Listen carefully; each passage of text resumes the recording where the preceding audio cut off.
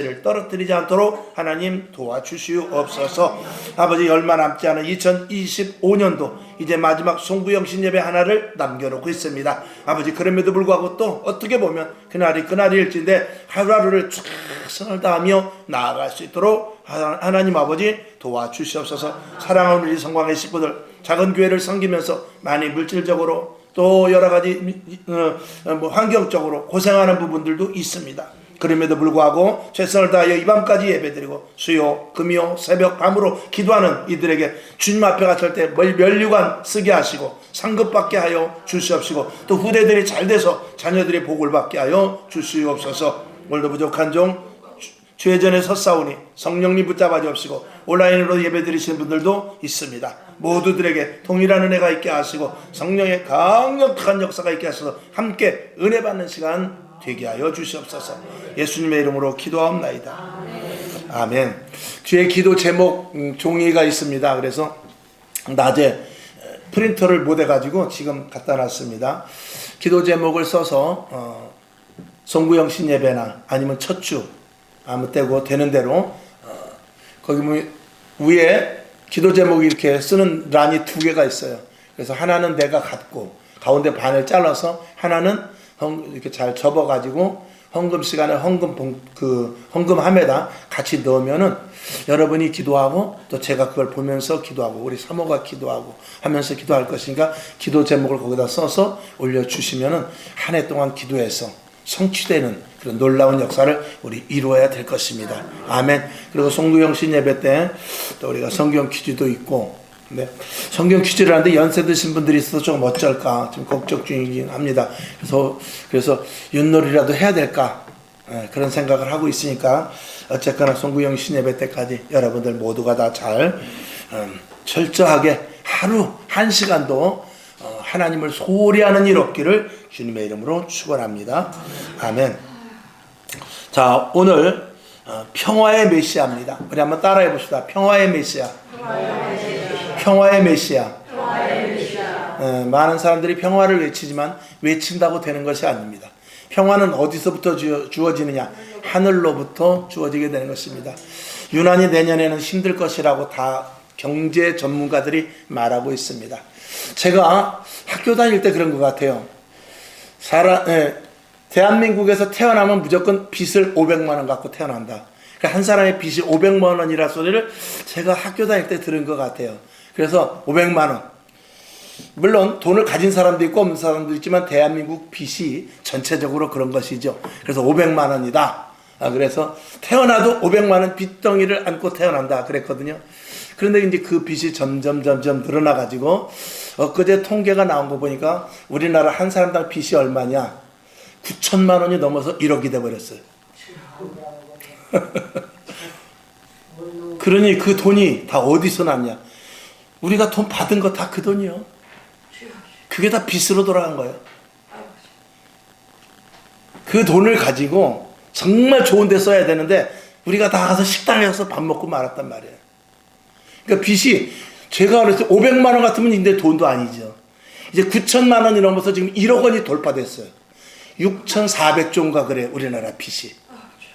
그래서 지금 외국에서는 계속 지금 IMF 터진다 제발 좀 조심해라 계속해서 지금 외국에서는 우리나라를 계속해서 경제적으로 좀 다시 회복할 것을 경고를 주고 있거든요. 경고를 주는데 우리나라 사람들은 지금 뉴스도 나오지 않아요. 그래서 여러분들이 좀 시야를 넓히고, 그러나 IMF보다도 더 어려운 일이 생긴다 할지라도 우리 예수 믿는 사람은 살아나야 돼요. 아멘.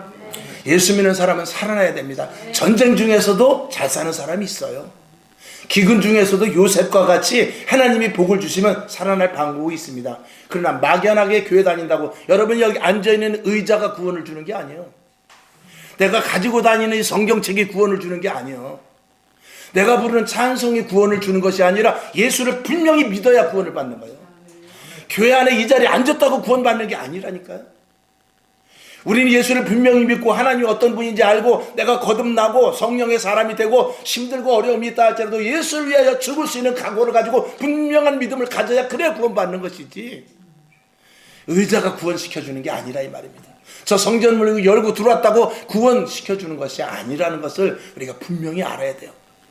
그래서 자칫 종교생활을 하지 말고 진짜 예수 믿는 사람으로서 완전하게 변화되는 여러분이 될 수 있길 바라며, 내년도엔 더욱더 다짐을 가지고, 그렇다 보니까 재미가 없지요. 왜? 교회를 열심히 다니고 교회 신앙생활 철저히 하고 하나님 앞에만 매여 있으면 세상에 이 일도 못하죠. 세상에 저 일도 못하죠. 친구 만나는 것도 나름대로 어떤 그 제재가 있죠. 이런 것들 때문에 재미가 없습니다. 그러니 하나님께서 첫째는 하나님께서는 세상을 재미없게 살라고 그런 것은 아니에요.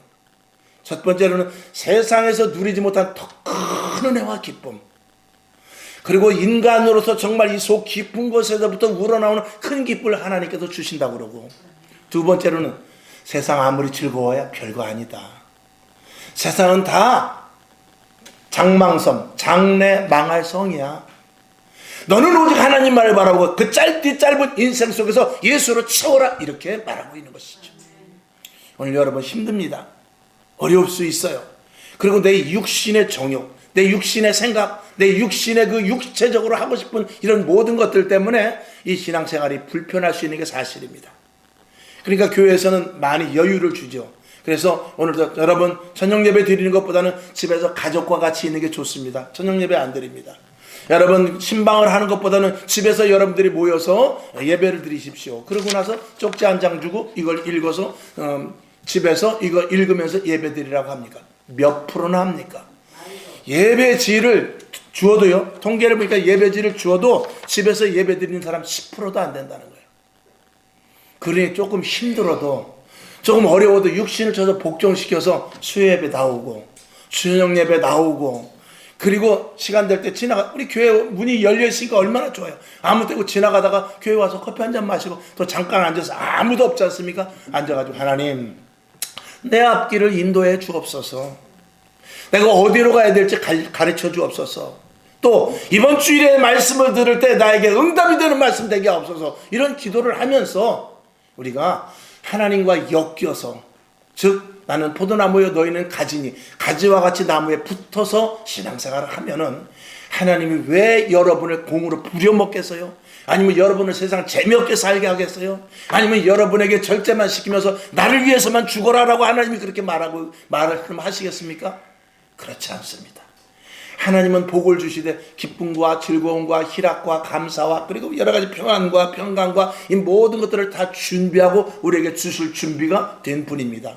여러분 예수를 믿어도 하나님이 쓰실 때, 어떤 사람은 저 아프리카 같은 데 가서 고생을 하면서 그리고 순교의 자리까지 가게 하는 사람도 있는가 하면은, 어떤 사람은 거부가 되어서 사업장이 잘 되고 직장이 잘 되고 그리고 가업을 잘 이어받아 가지고 수천 수억 원 수조의 큰 기업을 굴리는 그런 하나님의 그릇으로 쓰일 수도 있는 거예요.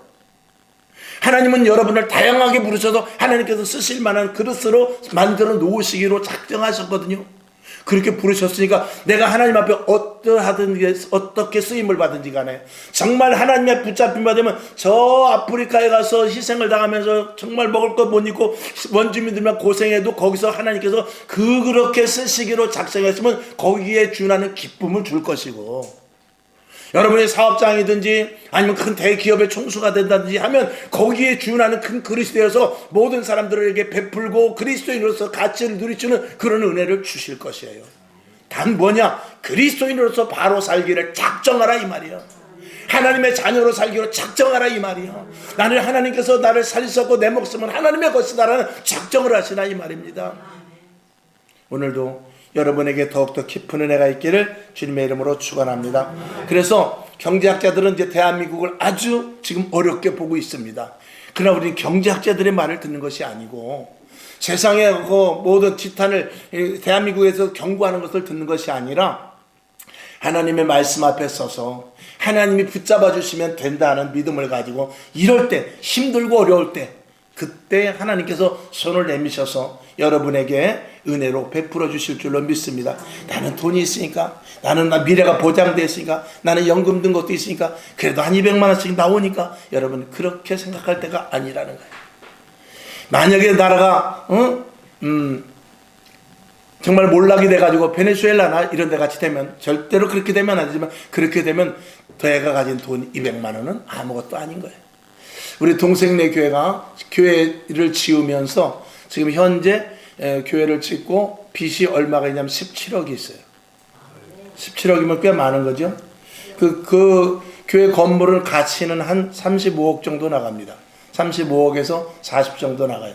그러니까 절반 조금 안 되게 빚이 있는 것이죠. 빚이 한 40% 정도 되는 거죠. 그런데 이제 성도들이 있으니까 그거를 감당을 하는데 17억이지만 조금 갚아가지고 지금 16억 얼마 정도 된다고 그래요. 서울에 가면 아파트 한 채가 15억이에요. 아파트 한 채, 서울에서 아파트 한 채 가지고 있는 사람이 그거 사실 여기 인천에 17억 우습게 볼 수 있는 거예요. 그런데 거기 성도 중에 한 분이 그런 말을 했어요. 목사님, 우리 교회에 빚 17억 있는데 그 하나님이 하시면은요 17만 원 갚듯이 갚아줄 수도 있지 않겠어요?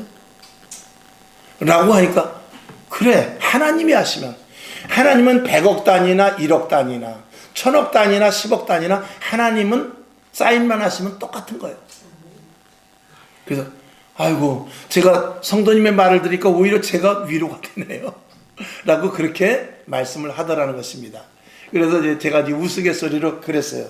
야, 베네수엘라 같이 되면은 17억 금방 갚어. 예를 들어서 우리 이 건물에도 나름대로 대출이 있다고 칩시다. 근데 베네수엘라 같이 되면은 이 건물 빚은 금방 갚아요. 껌 갚듯이 갚을 수 있어요. 근데 그렇게 되면 안 되죠. 그렇게 되면 큰일 나는 것입니다. 베네수엘라 같은 데는 그 돈 있는 사람들은 자기네 돈을 안 써요. 그리고 자기네들 상류층들끼리만 모여 사는 데가 있는데 거기서 손 달러 이런 거로만 씁니다. 자기네 돈은 차로 갖고 다녀도 식당에 가서 밥을 먹어도 구루마에 하나씩 자기 돈을 실어서 자기네들 뭐 소쿠리에다 큰 소쿠리 해서 가지고 와서 저울에 달아야 밥 한 그릇 값이 되니까 그만큼 화폐 가치가 수천 배로 떨어져 가지고 우리나라 그렇게 되기 전에 다시 경제가 회복될 것을 이 IMF에서 지금 계속 말하고 있습니다. 여러분, 믿는 자들의 기도. 그럼에도 불구하고 경제적인 학자들의 이야기지 실질적으로 하나님이 보시는 관점은 뭐냐? 믿는 자들이 어떻게 살고 있느냐? 대한민국의 교회가 어떻게 서가느냐? 대한민국의 믿는 자들이 정말 주를 위하여 죽을 각오가 돼 있고 자녀들을 위하여 눈물을 흘릴 각오가 돼 있고 다음 세대들을 위해서 복음을 전하고 있느냐? 이걸 보는 것이지 다른 것 보는 것은 아닙니다. 오늘 서두에 힘들고 어려운 일을 제가 왜 의도적으로 했냐? 이제 연말이고 내년에는 2025년도와 전혀 다른 환경으로 바뀌어집니다. 전혀 다른 환경으로 바뀌어질 것인데 그때 대처 나가기 위해서는 자, 내일 영하 20도가 내려간다 그러면 어떻게 되죠? 옷을 단단히 입고 나가야 돼요. 단단히 입고 나가는데 갑자기 기온이 잘못돼가지고 영하 20도라고 했는데 영하 5도밖에 안 돼. 그래도 단단히 준비한 사람이 낫지. 그것을 아예 설마 일기예보 난 못 믿어 그러면은 안 되는 것이죠. 준비를 철저하게 하고 여러분 내년에 대한 영적인 무장을 하시기 위해서 올 연말에 제가 이렇게 말씀을 서두로 드리는 것이니 여러분 성령 충만하고 이왕에 우리가 예수를 믿는 것 철저하게 대비하고 그리고 영적으로 강성할 수 있기를 주님의 이름으로 축원합니다. 자, 그래서 그 밑에 보면 피스메이커가 됩시다. 평화를 만들어주는 사람, 평화롭게 해줄 수 있는 사람. 그러니까 어떤 사람은 만나기만 하면 기분 나쁜 사람이 있고 어떤 사람은 만나면 기분이 좋은 사람이 있어요. 여러분이 상대방을 만났을 때 상대방이 나를 만나고 난 이후에 기쁘고 즐거운 마음으로 돌아갈 수 있는 자가 되기를 바랍니다. 나를 만나고 갔는데 씩씩거리고 화내고 가면 그 사람은 골치 아픈 거예요.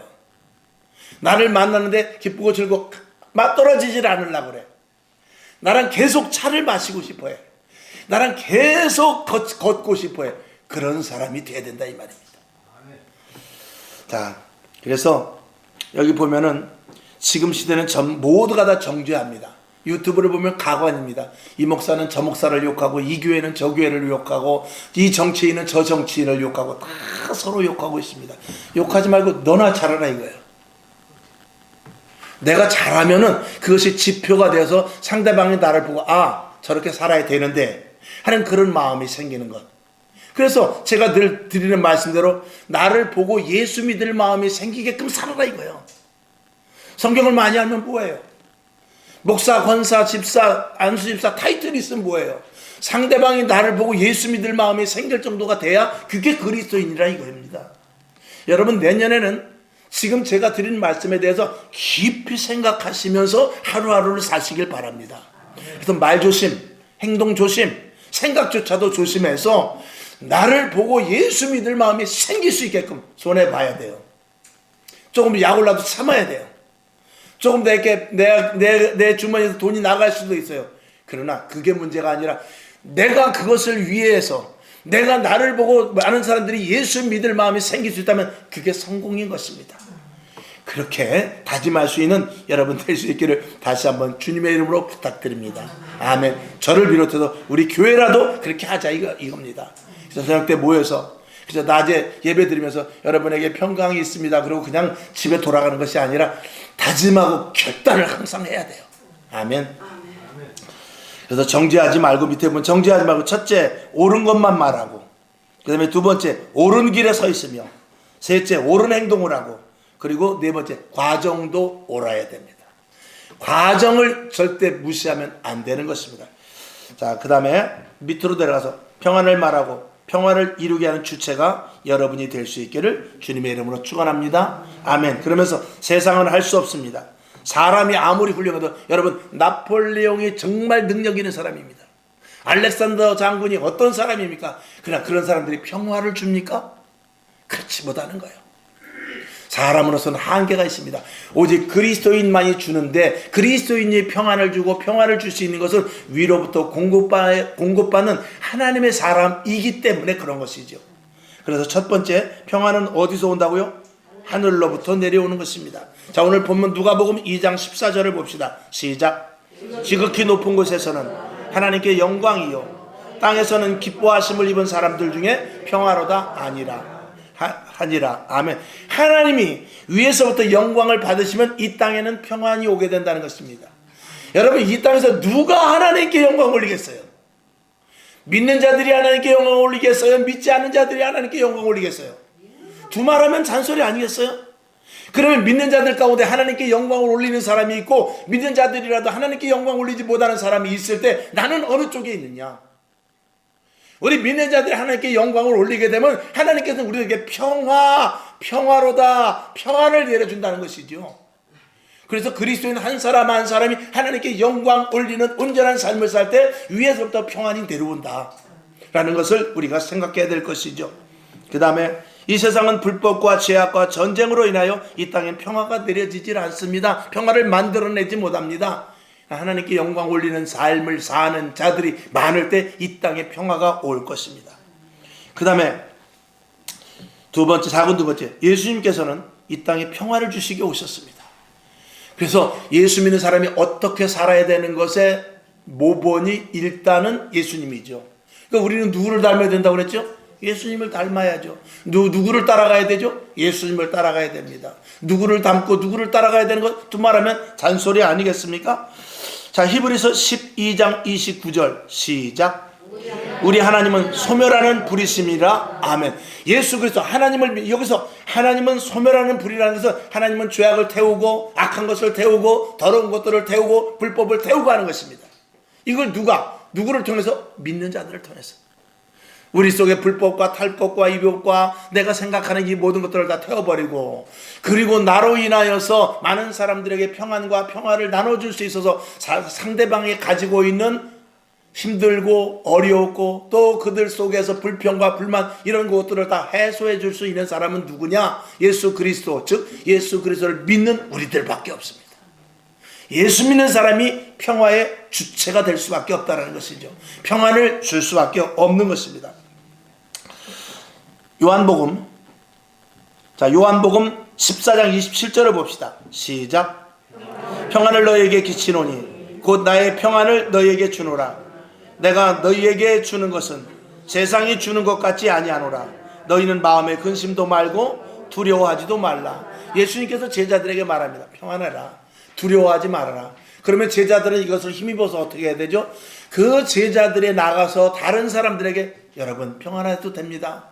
여러분 두려워하지 마십시오. 하나님이 우리와 함께 하십니다. 예수 그리스도의 복음이 바로 그런 것입니다. 이렇게 말하는 것이죠. 우리가 그 일의 주체가 되어야 될 것입니다. 그 다음에 두 번째, 첫 번째는 평안은 하늘에서부터 내려온다고 그랬고, 두 번째 평안은 믿음으로부터 옵니다. 이걸 우리가 분명히 믿어야 되거든요. 그래서 본문 누가복음 2장 17절을 다 같이 봅시다. 시작. 천사가 이르되 무서워 말라. 보라, 내가 온 백성에게 미칠 큰 기쁨의 소식을 너희에게 전하노라. 아멘. 천사가 말합니다. 보라, 내가 온 백성에게 미칠 큰 기쁨의 좋은 소식을 너희에게 전하노라. 이것을 믿으라는 것입니다. 오늘 이 땅에 예수를 저와 여러분이 전도하고 전하러 다니지 않습니까? 예수 믿어야 천국 갑니다. 예수 믿어야 기쁨이 있습니다. 예수 믿어야 우리 속에 사랑이 생겨납니다. 이것을 분명히 전하고 그들에게 그것을 믿게 하기 위해서 우리가 그런 삶을 살아야 되는 것이죠. 그러면 상대방이 믿지 않겠습니까? 이사야 9장 6절을 봅시다. 시작. 이는 한 아이가 우리에게 낳고 한 아들을 우리에게 주신 바 되었는데 그 어깨에는 정사를 메었고 그 이름은 기묘자라, 모사라, 전능하신 하나님이라, 영존하시는 아버지라, 평강의 왕이라 할 것임이니라. 예수 그리스도가 이 땅에 오시는데 그는 하나님이라는 거예요.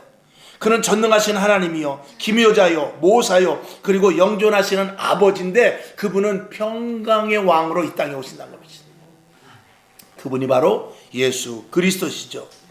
평강이라는 말은 샬롬입니다. 평안, 평강, 샬롬이라는 말이거든요.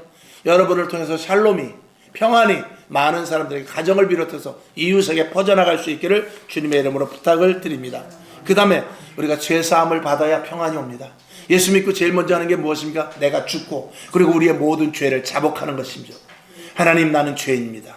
나는 죽을 수밖에 없는 자입니다. 죄 때문에 우리는 지옥 갈 수밖에 없지만 예수 그리스도께서 나의 모든 죄를 다 사하여 주셔서 우리를 예수 그리스도의 보혈의 피로 덮으시고 보혈의 피로 씻으시고 성령의 불로 태우셔서 하나님 나라를 입적하게 하심을 믿습니다 하는 이 믿음을 가질 때 갈라디아서 2장 20절을 보겠습니다. 시작.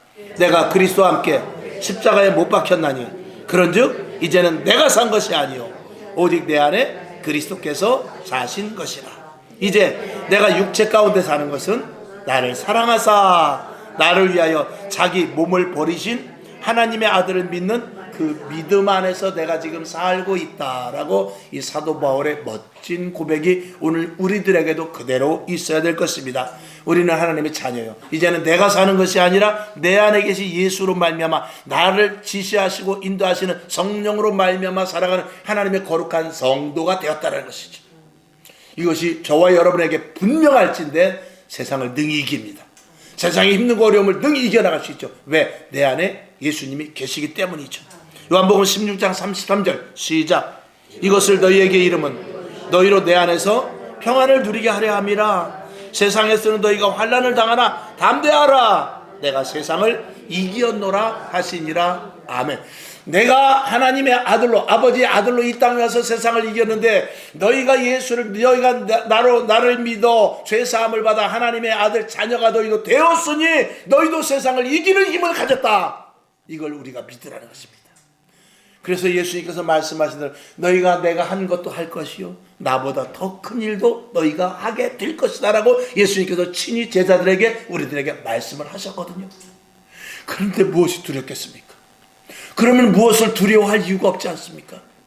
우리가 하나님 앞에 죄사함 받고 하나님을 사랑하고 하나님을 의리하고 정말로 바로 예수 믿기를 원하며 살진데 하나님께서 우리에게 권세와 능력을 주시고 성령으로 말미암아 살아가 모든 것들을 능히 이길 수 있도록 해주시지 않겠습니까? 우리가 구하여도 얻지 못하면 정욕으로 구하기 때문이라고 그랬어요. 내 속사람이 깨지지 않았을 때 이루어지지 않습니다. 내가 아직도 나의 것을 꿰차고 있을 때 하나님은 내 속에 들어와 역사하지 못합니다.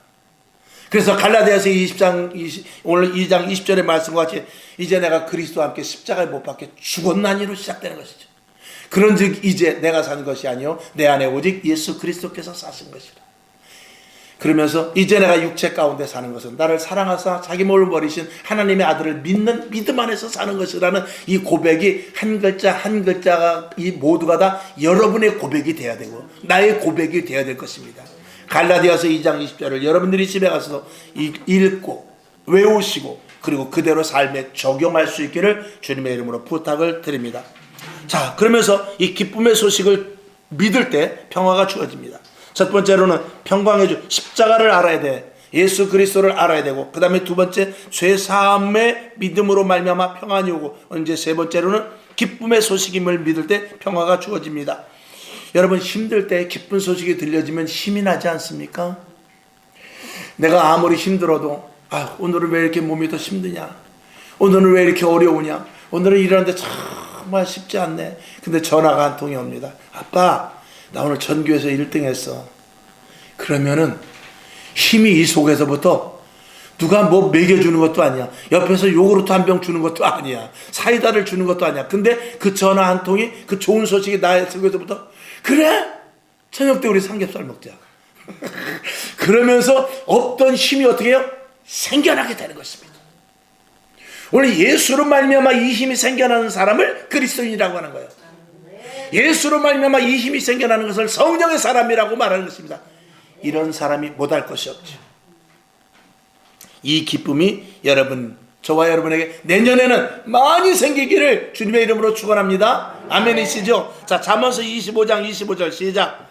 먼 땅에서 오는 좋은 기별은 목마른 사람에게 냉수 같으니라. 뭐 해석 안 해도 두 말하면 잔소리죠. 시원하게 여러분에게 시원한 소식들이 들려지길 바라요. 기쁜 소식들이 많이 들려지길 바라요. 그리고 새 힘이 생겨나기를 바랍니다. 뜻하지 않은 일들이 내년에는 더 많이 경험돼야 돼요. 왜? 어려운 시대이기 때문에. 이건 내가 생각지도 않았는데, 이건 내가 계획도 안 했는데 하나님이 나를 이렇게 도와주셨네. 뜻하지 않게 사람을 만나게 하시고, 뜻하지 않게 물질의 공급원이 나에게 찾아오게 되고, 뜻하지 않게 열려지는, 우리 진순정 권사님은 이번에 좋은 응답을 받아가지고, 무슨 응답인지는 비밀입니다. 가서 직접 물어보세요. 뜻하지 않은, 정말 이건 돈이 크고 작고의 문제가 아니라 생각지도 않은 일이 일어나가지고 나 부러워. 어떡하면, 그거는 기도도 마음은 먹었지. 하나님 나 어떻게 해요? 그랬는데 전혀 생각지도 않고 그냥 답답해서 한 말인데, 그 말씀을 하나님이 딱 들으시고, 어떻게 뭘 어떻게 해? 이렇게 하면 되지. 그리고 하나님께서 서류 해오라고 그래가지고 서류 가져가가지고 했더니 하나님께서 이거야. 그리고 하나님께서 선물을 주셨어요. 물어보세요. 그냥 물어보지 말고 반드시 짜장면 사주면서 물어보세요. 공짜가 어디 있어? 네? 직접 물어봐요. 아멘. 그래야 재밌어요. 자, 예수님의 복음의 소식은 확실하고도 분명하기에 평화를 주십니다. 아멘. 자, 결론으로 평화의 소식을 이제 어떻게 해요? 지금도 계속 얘기했지만 전해야 됩니다. 우리가 평화를 먼저 누려야 되죠. 그리고 평안을 전할 수 있어야 됩니다. 로마서 10장 14절 시작. 그런즉 저희가 믿지 아니하는 일을 어찌 부르리요, 듣지 못한 일을 어찌 믿으리요, 전파하는 자가 없이 어찌 들으리요. 전파하는 자가 없으면 어떻게 듣겠습니까? 보여주지 않으면 어떻게 알겠어요? 말하지 않으면 어떻게 저 상대편이 알겠습니까? 여러분, 평안함이 있길 바랍니다. 오늘 이 시간 걱정과 근심 모두 내려놓으시고 2026년도 훌훌 다 벗고 털고, 성부영신 때도 또 말씀을 드릴 수 있을지 모르겠습니다만 모든 것들을 다 털어버리고 내년에는 하나님이 주실 것을 받는 깨끗한 그릇으로 만들어 놓으세요. 하나님이 주실 것을 기대하시기 바랍니다. 그것은 여러분 생각 속에서 계획하지 마세요. 여러분이 생각하는 그릇은 적습니다. 하나님이 시야에서 보는 그 축복을 받으라 이 말이에요. 그런 그릇을 만들어 나가세요. 좀 대범하게, 좀 광대하게, 좀 더 큰 꿈을 가지고 나갈 수 있기를 바랍니다. 동네에서 노래자랑에서 1등하는 것보다도 미스터 트롯에 나가서 1등하면 차원이 다릅니다. 여러분, 교회 안에서도 마찬가지입니다. 우리 교회에서 가장 큰 축복을 받기는 하지만 대한민국에서 가장 큰 축복을 받을 수 있을 수 있다라는 것을 여러분이 확신을 가지세요. 내가 하는 거 아니에요. 나는 아무것도 못해요. 여러분이 만약에 힘이 없다, 여러분이 지혜가 없다, 사람을 붙여주셔. 사람을 붙여서. 예전에 그 박순애 집사라고 있었어요. 지금은 목사님 되는지 전수사님 되는지. 근데 박순애 집사, 그 사람은 무학자예요. 배우질 못했어.